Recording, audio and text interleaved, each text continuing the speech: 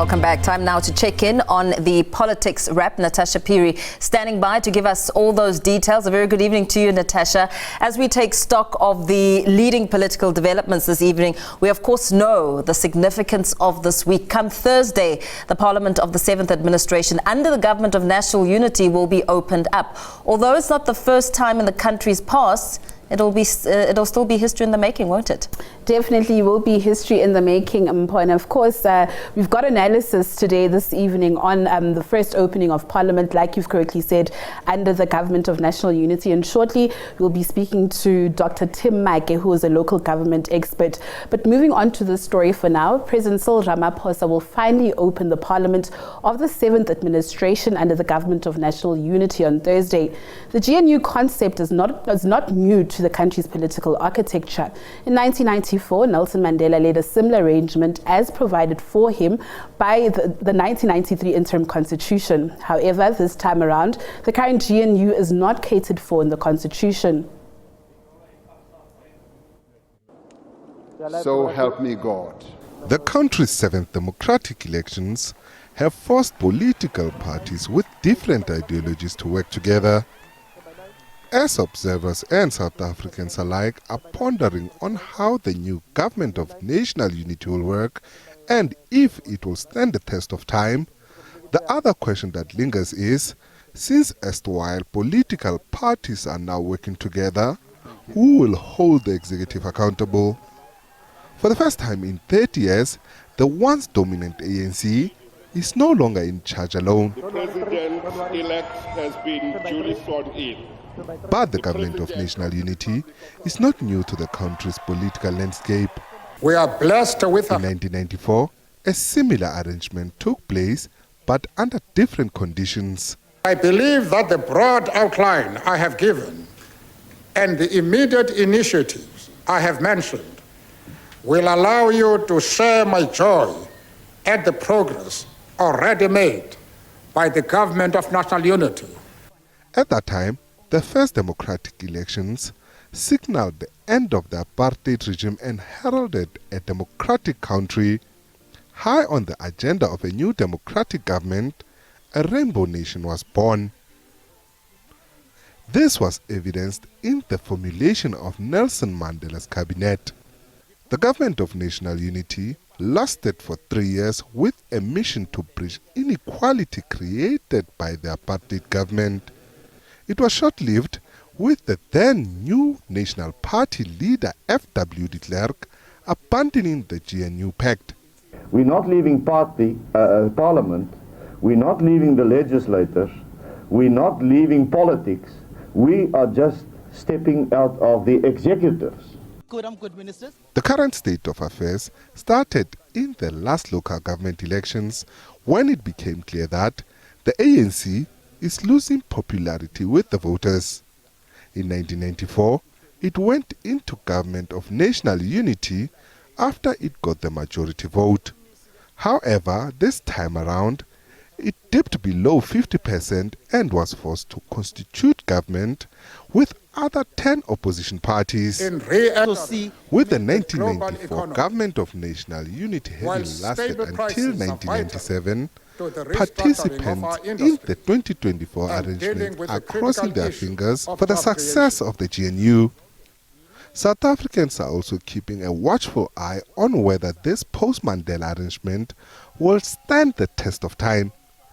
Nhlanhla Khatlani, SABC News, Johannesburg. We're now joined by the local government expert, Dr. Tim Make. Dr. Make, thank you so much for joining us on SABC News. I think before we start the interview, I just want you to hear the remarks of President Cyril Ramaphosa that he made earlier on today in Pretoria when speaking to our international news editor, Sophie Mokoena. President Cyril Ramaphosa says the 7th administration is ready to implement decisions taken at the extended Cabinet Lekgotla that was held over the weekend. The President says the Government of National Unity statement of intent will be the guiding document in relation to priorities of government. Ramaphosa spoke to SABC's international news editor, Sophie Mokoena, on the margins of the Climate Resilience Symposium in Pretoria. Oh yes, we had a really wonderful Cabinet Lekgotla over the weekend, and everyone who attended, all people from various political parties, felt that it was the very best Cabinet Lekgotla and the very best strategy session that they had ever been to, because there was great synergy, there was no dissenting voice, there various issues that were discussed. We found that we had common purpose, we were unified in our message, in our intent, in our commitment to take South Africa forward. So the statement of intent that all political parties signed is the glue that holds us all together. But more than that, the Constitution of our country is the overarching glue that we all subscribe to, its values, its principles. And so therefore we combined around that and started plotting out what needs to be done to advance the lives of the people of South Africa in accordance with the priorities set out in the state of intent. So when I open Parliament, I'll be outlining precisely the issues that we have arrived at. So there was unanimity on nearly everything. So it was a wonderful, wonderful, extremely wonderful Cabinet Lekgotla. So, Dr. Make, you heard what President Cyril Ramaphosa had to say. They're speaking to Sophie Mokoena, saying that it's the very best Lekgotla that he's had, very best synergy. They had a common purpose, and the statement of the intent that the political parties signed is the glue that holds them all together. What do you make out of these remarks? Good evening to you, Natasha, and to your viewers.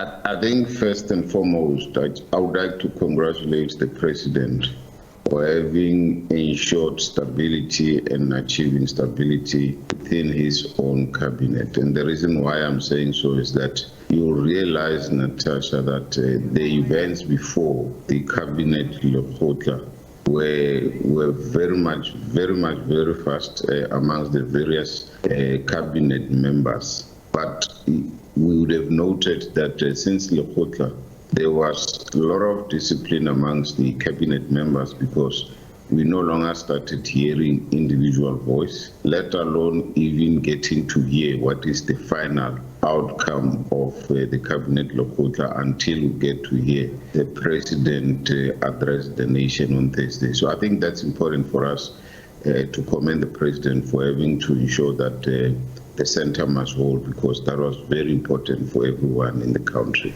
But coming to the point that you are raising, insofar as what the President is saying, that they were able to achieve unanimity, and the fact that all political parties represented in the cabinet were speaking with one voice, and what we might anticipate come Thursday. I think you can read from his facial expression that indeed they had wonderful engagements and wonderful discussions. And as a result, we're not hearing any rumblings from any members of the cabinet insofar as what is expected out of the government of national unity. So that provides the President an opportunity to demonstrate and display that he is definitely in charge, and he's empowered by the Constitution to be in charge, because you remember that all cabinet members, they serve on the behest of the President, who is the one who appoints cabinet ministers. Now, what we might anticipate come Thursday is the fact that surely the President is going to touch on economic issues. There's no doubt about that one, precisely because one of the major critical points that the South Africans are waiting from government, it's a very thriving economy which will be able to create jobs and be able to make sure that we reduce the unemployment rate in the country.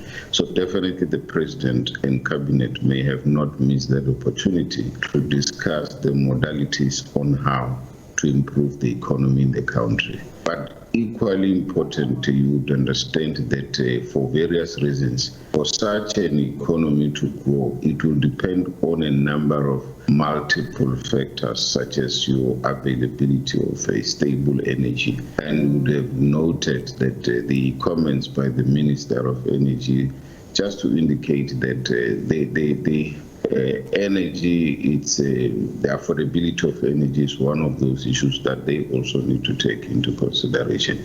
So surely we are waiting with anticipation to get to hear the government's program of action for the next 5 years under the government of national unity. So that's what we are anticipating to hear on Thursday, when the president will be addressing the nation.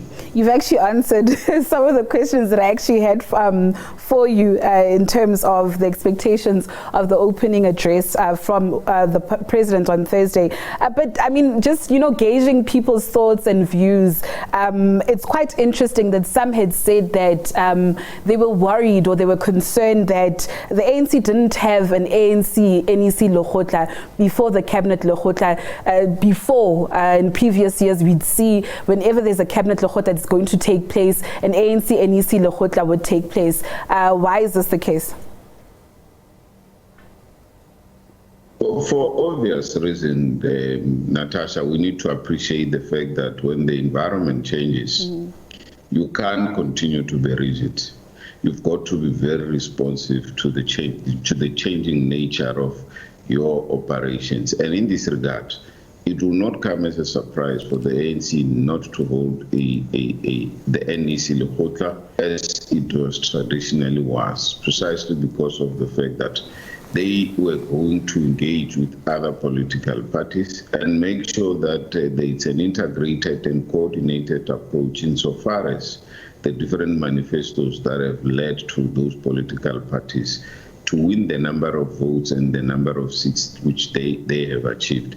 So as a matter of fact, they needed to respect the other political parties insofar as how do they now change and adapt to the new conditions which they are facing as the ANC, because previously, yes, it ought to be like that because they were the ruling party, so they needed to influence the government's program of action because of the fact that at that time they were a majority party which needed to dictate or to direct how the country is going to move and run. Now, given the current condition, it would have not been possible. Otherwise, that NEC Lekgotla would have been a matter of formality which would have not had to take any concrete decision insofar as how the government, the program of action for government will unfold. However, that does not mean that they never met to discuss possibilities, to discuss areas where they are prepared to compromise from a policy point of view, and to highlight areas where they need to put their foot down and be able to say, we will not compromise when it comes to the following area. Such a discussion, I'm very certain and I'm quite optimistic that it may have happened prior to the Lekgotla having to take place. And you'll recall that in between, there were a few number of NEC meetings that were held, and obviously that could have taken a shape of a mini NEC Lekgotla in preparation to this Cabinet Lekgotla from the ANC's point of view, to say, when we go to Cabinet Lekgotla, as the ANC, as the political party, this is the package that we are providing to all of you who represent us in the cabinet. So surely that discussion may have taken place, but it may have not taken the shape, the traditional shape that we know, which normally happens within the ANC. Okay, Dr. Make, I just want us to just shift our focus to energy. This is something you actually spoke about, and I wanted to actually listen to this clip of Dr. Cyril Ramaphosa saying that government is pushing ahead with the procurement of nuclear energy to deal with the country's energy crisis. He spoke to the media on the sidelines of the Cabinet Lekgotla this past weekend and had this to say. The 2,500 megawatts from nuclear is not a panacea, it's just part of the totality of the mix. If you think of the mix, it's over 50,000 megawatts. So it's just a small part of the mix. You are absolutely correct. I think the initial efforts to procure this nuclear, first it was talking over 9,000 megawatts. Now we're talking 2,500 megawatts. So it talks to the scale and pace that we can afford. Dr. Make, you heard there what the Minister of Electricity, Dr. Cyril Ramaphosa, had to say. I'm just wondering, why is there so much resentment around the procurement of nuclear energy? Obviously, there would be a number of factors that contribute towards, that legal resentment. And one of those obvious reasons, obviously, will be cost as to how are they going to fund such a huge project, precisely because of the fact that the logistics around the procurement of nuclear energy, you'd reckon that it will be something of a complex nature, which will need huge capital to be injected into the system, so as to be able to make sure that that is realized. But equally important, we would have to appreciate the fact that there has not been a unison or a common agreed policy position insofar as whether we need to move or shift towards nuclear or not. And that's a debate that will still take place. And probably that's the reason why the pace in which we will see government implementing or rolling out nuclear energy will take into consideration those factors that still needs to be deliberated amongst the various leaders within government, and also considering the international partners that might be willing to come on board insofar as the issue of the nuclear energy is concerned. And you talk about the pace. How soon do you think that government could actually procure this nuclear energy? And in terms of, the opposition that's been against it, do you expect maybe litigation, over this issue of the procurement of nuclear energy? Well, we may not rule out instances where those who are against the procurement of nuclear energy having to exercise their legal rights, to approach the courts of law, to request the courts to be able to intervene on their behalf. And then obviously that should be on very sound legal grounds, but not on sentimental approaches. So we might be seeing those kind of incidences taking place, but at the same time, they might be at a minimal level, precisely because some of those parties that would have originally contested that space are now part of the government of national unity. So that will afford them an opportunity to engage inside government in as far as the issues of nuclear energy is concerned, so as to make sure that whatever fears that they had, whatever suspicions that they might have, are dealt with at that level, so as to clear the way for government to be able to procure the nuclear energy. As you would realize, or as you would recognize the fact that that process would also have to take into consideration the provisions of Section 217 of the Constitution, which will always talk about comparative bidding. And I think that's where most or some of those who have got that resentment would be interested to monitor and make sure that the procurement of the nuclear energy must not be done, under carpets, but it must be done transparently, so as to make sure that everything is above board. So those are some of the things that we might have to anticipate encountering. But equally important, there are others who would be more concerned with issues around the environment and many other aspects, would also take their platform to be able to make sure that whatever government has to do, it has to take into consideration various factors, so as to make sure that there is no harm either to human life or there is no harm to the environment, but also integrity is not compromised coming out of the procurement process that government might activate. Okay, Dr. Make, my last question, just briefly. We heard there the Minister of COGTA, Velenkosi Nhlabisa, proposing to dissolve dysfunctional municipalities should they fail to deliver services and consequently put them up for re-election. Is there a provision for this that it actually allows for that? Yeah, I mean, look, Local government, one of the things that I always say is that it's one of the sectors that is highly regulated. And for everything that local government has to do, first and foremost, you need to take into consideration the provisions of various legislative framework. Yes, there's a provision in our laws that allows for intervention within municipalities. And one of the most important or common ones is the Section 139. And Section 139(1) allows the provincial government, it allows the provincial executive to intervene in municipalities. And the interventions are at different levels. The first level would be the one wherein the municipality will be allowed time and space to correct the things that the MEC for local government in that province would have raised in writing to the mayor or executive mayor of such a municipality and the council. But failure to which then will invoke what we normally call your Section 1B. Your Section 1A, there is no intervention yet, but the MEC issues what we call the directive to the executive mayor or mayor to raise the issues that the mayor or the executive mayor needs to correct. But failure to which that the MEC will then invoke Section 139, 1B, which means that the MEC would have to take over those responsibilities that the municipality might be failing to execute as required by law. But the last one, which is the worst scenario case, that's when the Section 139, 1C is invoked. That's where the municipality will be completely dissolved and an administrator will be appointed to take over the affairs of the municipality.